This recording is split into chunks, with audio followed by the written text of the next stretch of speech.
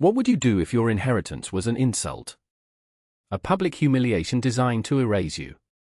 When Matthew died, everyone in the valley expected his brother, Franklin, to take over the sprawling ranch, the cattle, the name.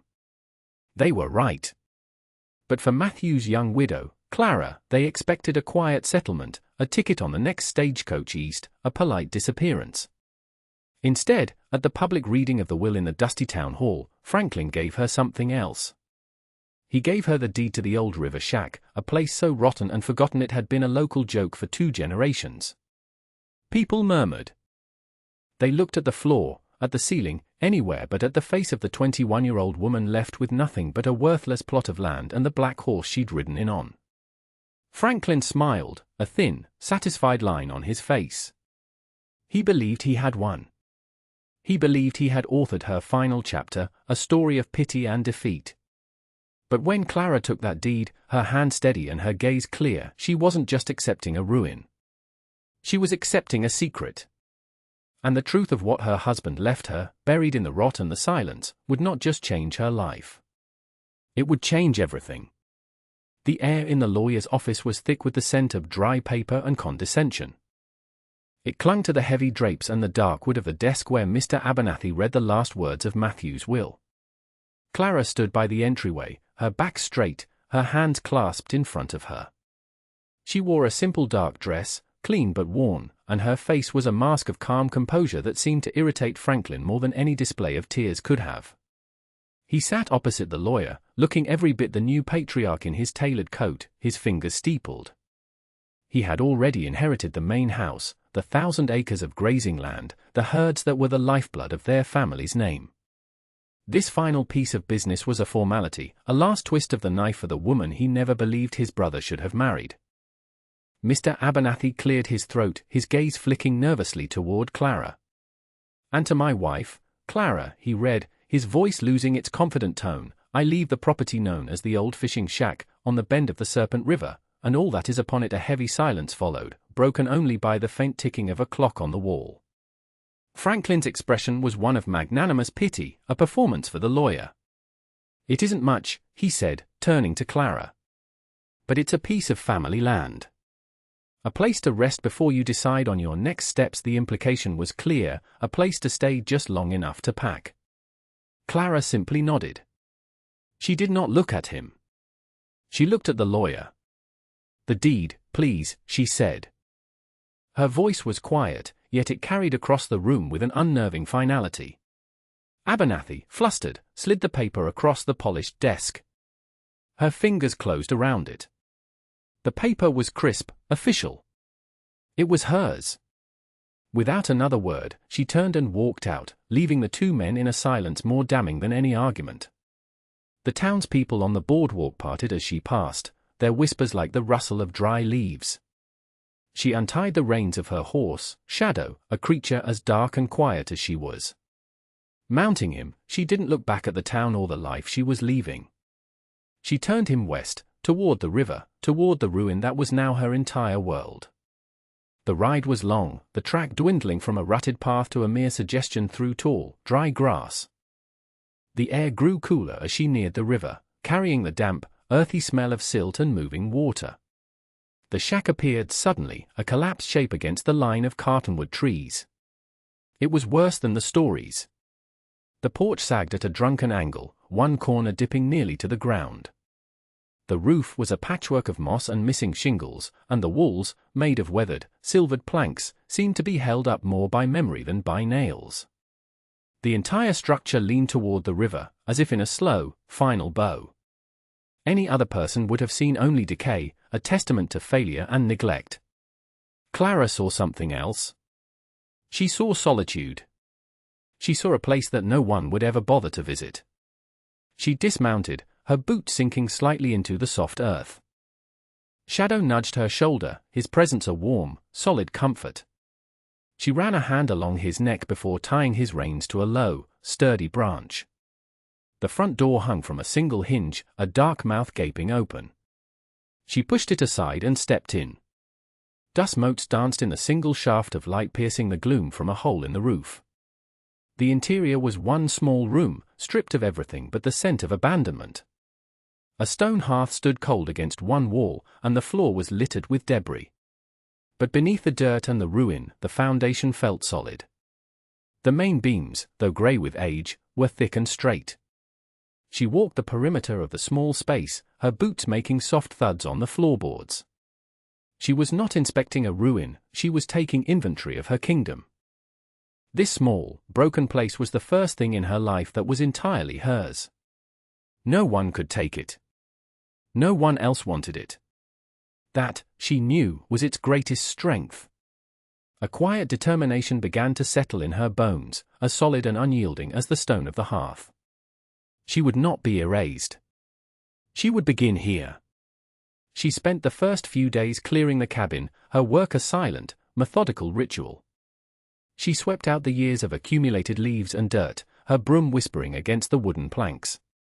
She patched the largest hole in the roof with salvaged tin she found half buried in the river bank, the metallic scrapes and bangs the only sounds to break the river's constant murmur. She worked from sunrise to sunset, her movements efficient and her focus absolute. On the third day, an old man appeared at the edge of the clearing. He was weathered as the river stones, his face a map of wrinkles, and he leaned on a long pole he used to navigate his flat-bottomed boat. He watched her for a long time before speaking, his voice a low gravelly rumble. "You're Matthew's wife," he stated, not a question. Clara paused, her hand on a loose shutter. She nodded, wary. Strangers were rarely a good thing. "Name Saul," he said, taking a slow step forward. "Lived on this river 50 years. Knew your husband," he gestured with his chin toward the shack. "He spent a lot of time out here." More than folks knew, this was the first crack in the official story, the first hint that Matthew's connection to this place was more than the town believed. He wasn't fishing, Saul added, his eyes sharp. He was always looking. At the rocks. At the way the water moved through this particular bend. Clara said nothing, but her posture changed. She was no longer just a widow cleaning a shack, she was a listener, absorbing this new information. Saul seemed to understand he'd said enough. "If you need anything," he offered, "a bit of food, some help with that roof, my place is a mile downriver. Just follow the water." He didn't wait for an answer.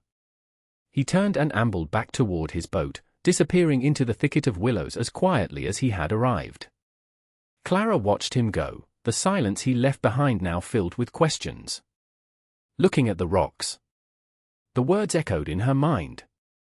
She turned her gaze from the shack to the riverbank, seeing it now not just as a boundary of her property, but as a clue. Matthew hadn't been hiding in shame out here. He had been working.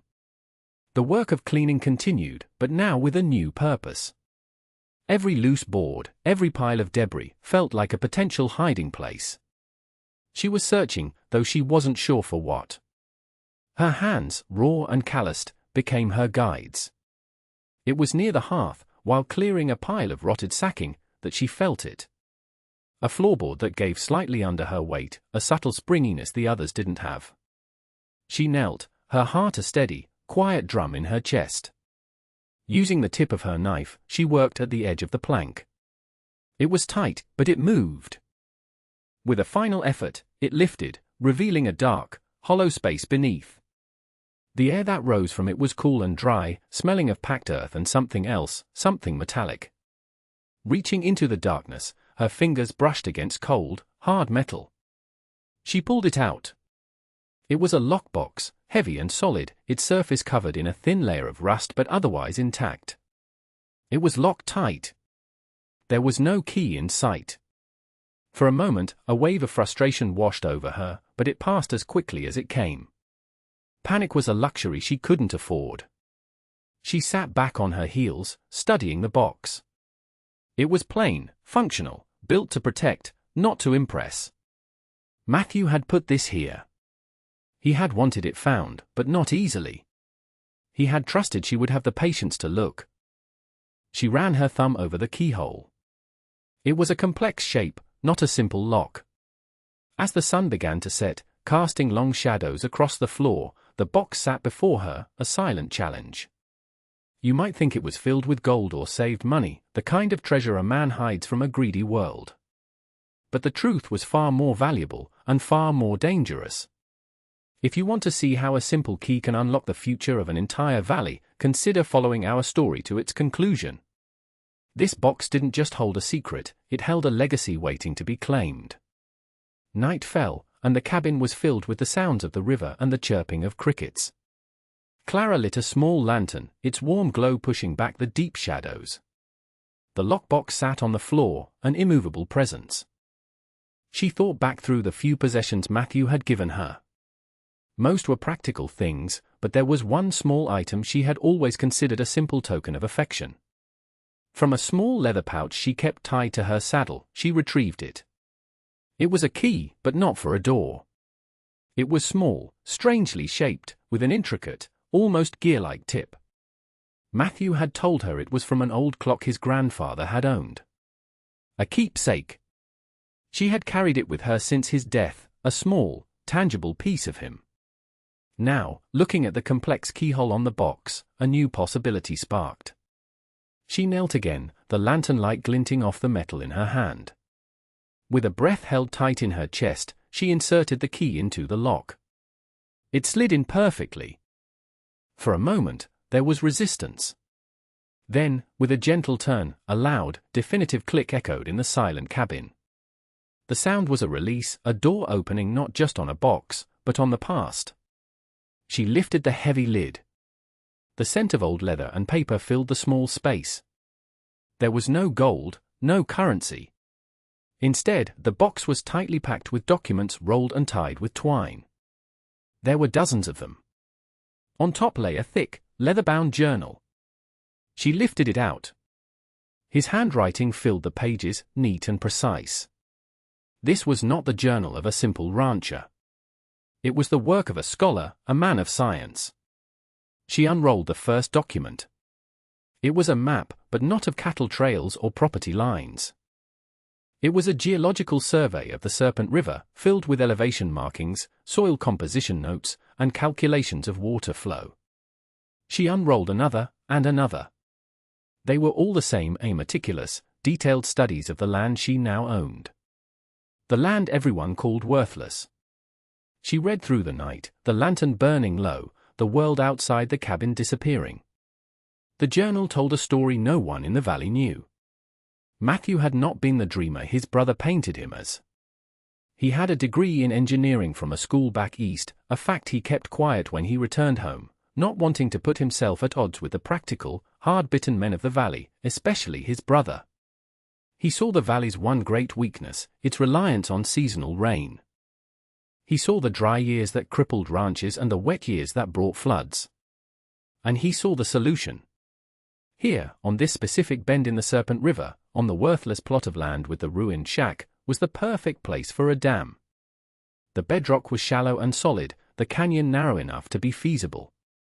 His journal was filled with calculations, designs, and plans for an irrigation system that could channel the river's water systematically, turning the entire arid basin into fertile farmland, season after season. He had spent years secretly surveying, mapping, and planning. The shack wasn't a retreat, it was his field office. He kept it all hidden from Franklin, knowing his brother's greed would lead him to seize the idea for his own profit, likely selling the water rights to the highest bidder and indebting all their neighbors. Matthew's plan was different. The journal spoke of a cooperative, a system owned by the valley's families, ensuring prosperity for everyone, not just one man. The deed to this land wasn't an insult. It was the key. Without ownership of this specific plot, the dam was impossible. He hadn't left her with a ruin, he had left her with control over the valley's future. He had armed her with knowledge and trusted her to see it through. As dawn broke, painting the sky in shades of grey and rose, Clara closed the journal. The grief for her husband was still there, a quiet ache, but now it was joined by a fierce, swelling pride. He had not abandoned her. He had deputized her. Her newfound purpose was tested sooner than she expected. A few days later, 2 horses appeared at the edge of the clearing. It was Franklin, and one of his ranch hands. Franklin's eyes took in the patched roof and the cleared yard with a flicker of annoyance. He had expected to find her gone, defeated. He dismounted, his movements stiff with arrogance. "Clara," he said, his voice laced with false concern. "Still here, I see. This is no place for you." She stood on the porch of the shack, her hands resting on the rail. She did not invite him closer. "It's my place, Franklin," she replied, her tone even. His gaze drifted past her, into the dim interior of the cabin, where one of Matthew's maps lay partially unrolled on the small table she'd built. He couldn't make out the details, but the sight of official-looking documents in this hovel clearly unsettled him. His eyes narrowed. "I've been thinking," he began, changing his tactic. "It isn't right for you to be left with just this. I'll give you a fair price for it. $50. More than enough to get you back east to your family." It was a pittance, an offer designed to be an insult disguised as charity. "It's not for sale," Clara said simply. A flash of anger crossed Franklin's face. "Don't be a fool. This land is worthless. It's a scrap of mud and rock. Take the money and build a life for yourself." He took a step toward the porch, his voice dropping to a menacing growl. "Or what? You plan to live in this wreck forever?" She met his gaze without flinching. "I'm not selling." The finality in her voice was absolute. For a moment, he looked as if he might push past her, to see what she was hiding, but something in her quiet, unshakable defiance stopped him. He saw she was not the timid girl he thought he could easily discard. He saw a stranger. With a curse under his breath, he turned, swung himself back onto his horse, and rode away, the ranch hand trailing behind him. Clara watched them go, her heart pounding not with fear but with the cold certainty that this was only the beginning. He knew she had something. And he would be back. Clara knew she couldn't fight Franklin alone. He owned the town, the sheriff, the bank. Her only weapon was the truth, and for that, she needed an ally who respected facts more than power. She carefully packed Matthew's most important maps and his journal into a satchel. The next morning, before the sun was fully up, she rode out, not toward the local town, but east, on a 2-day journey to the regional seat, a place large enough to have its own professionals, men who answered to the law, not to her brother-in-law. She found the office of a Mr. Hayes, a land surveyor and engineer whose name she'd seen on a territorial map in the post office. His office was cluttered but orderly, filled with charts and strange-looking instruments. Hayes was a man in his 50s with sharp eyes behind spectacles and hands stained with ink. He was skeptical, his expression weary as she began her story. He had seen countless disputes over land and inheritance. But when she unrolled the first of Matthew's geological surveys on his desk, his demeanor changed. He leaned in, tracing the lines with a practiced finger. He picked up the journal, flipping through pages of dense calculations. His professional skepticism melted away, replaced by a quiet, growing excitement. "These are remarkable," he murmured, looking up at her over his spectacles. "The detail, the foresight. Your husband wasn't just a rancher, he was an engineer," Clara said. Hayes nodded slowly, his mind clearly working. "This plan for a dam, it's not just a dream. It's a blueprint." A brilliant 1-inch. He walked to a large map of the territory on his wall, comparing Matthew's survey with the official charts. "He's right. The bedrock here, the narrowness of the channel, it's perfect." He turned back to her, his eyes alight with a new respect. "Madam," he said, his voice firm, "what your husband designed here could transform that entire basin." It's a work of genius. In that moment, Clara knew she had found her ally. He saw not a worthless plot of land, but a keystone. He saw not a grieving widow, but the custodian of a brilliant legacy. "Will you help me?" she asked. "Will you verify his findings?" Hayes pushed his spectacles up on his nose. "It would be an honor." The journey back was filled with a nervous energy. Mr. Hayes rode beside her, his professional excitement a shield against her own anxieties. They arrived back at the shack to find it just as she had left it, the river flowing on, indifferent. Hayes spent 2 full days conducting his own measurements, using his precise instruments to check Matthew's work. He hammered rods into the riverbank, took core samples of the soil, and sighted elevations with his transit. Saul appeared on the second day, poling his boat silently to the shore. He watched Hayes work for a while, then gave Clara a slow, approving nod. Matthew would have liked him, he said, his voice low.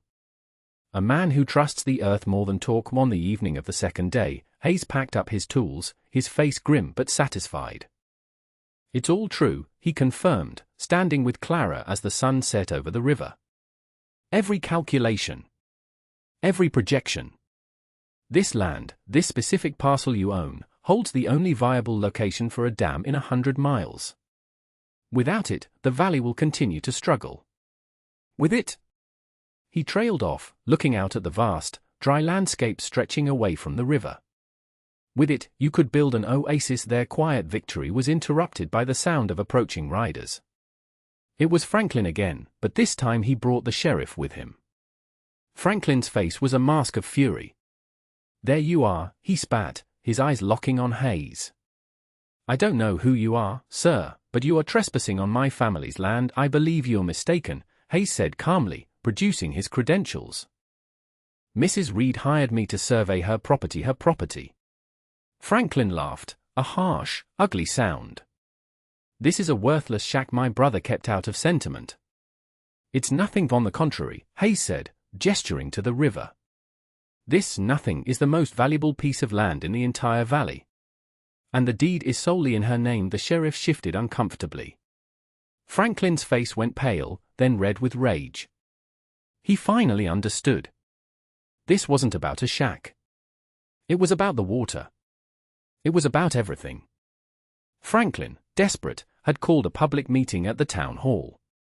He framed it as a discussion about the ongoing drought, a way to rally the valley's ranchers behind a plan he controlled. He stood at the front of the crowded room, speaking of hardship and painting himself as their savior. He proposed a complex and expensive scheme to dig a series of deep wells on his own property, offering to sell the water to his neighbors at a reasonable rate, a rate that would put them all in his debt for decades. The ranchers listened, their faces etched with worry. They saw a bad solution, but it was the only one being offered. Just as Franklin was reaching the peak of his self-important speech, the main doors of the hall swung open. Clara and Mr. Hayes walked in. A hush fell over the room. All eyes turned to them. Clara's presence alone was a shock, but the determined look on her face and the confident stranger at her side commanded their attention. Franklin, she said, her voice clear and steady, cutting through the silence.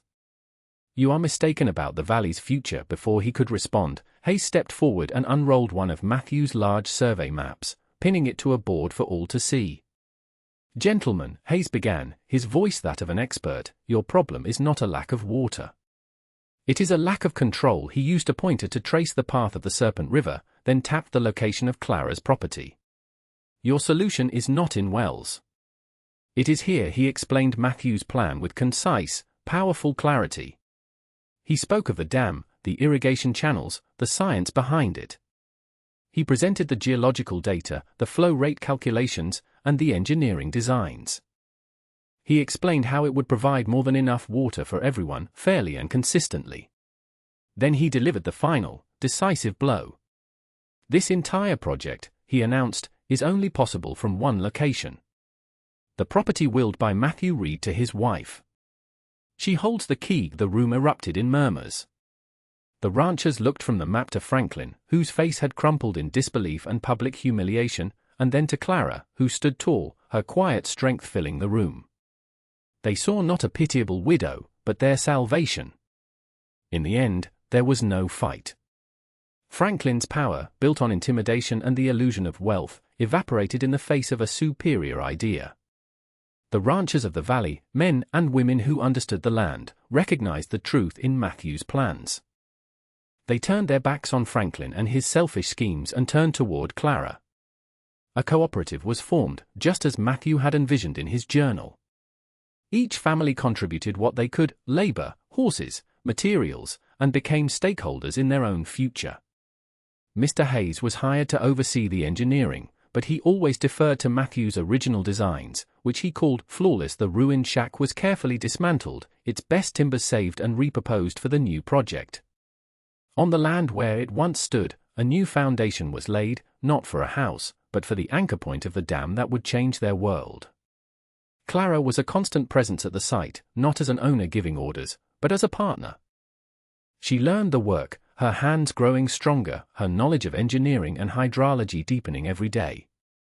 She earned the respect of the valley not through her inheritance, but through her character. Months later, she stood with Saul on a ridge overlooking the construction. Below them, the river was being reshaped by the collective will of a community reborn.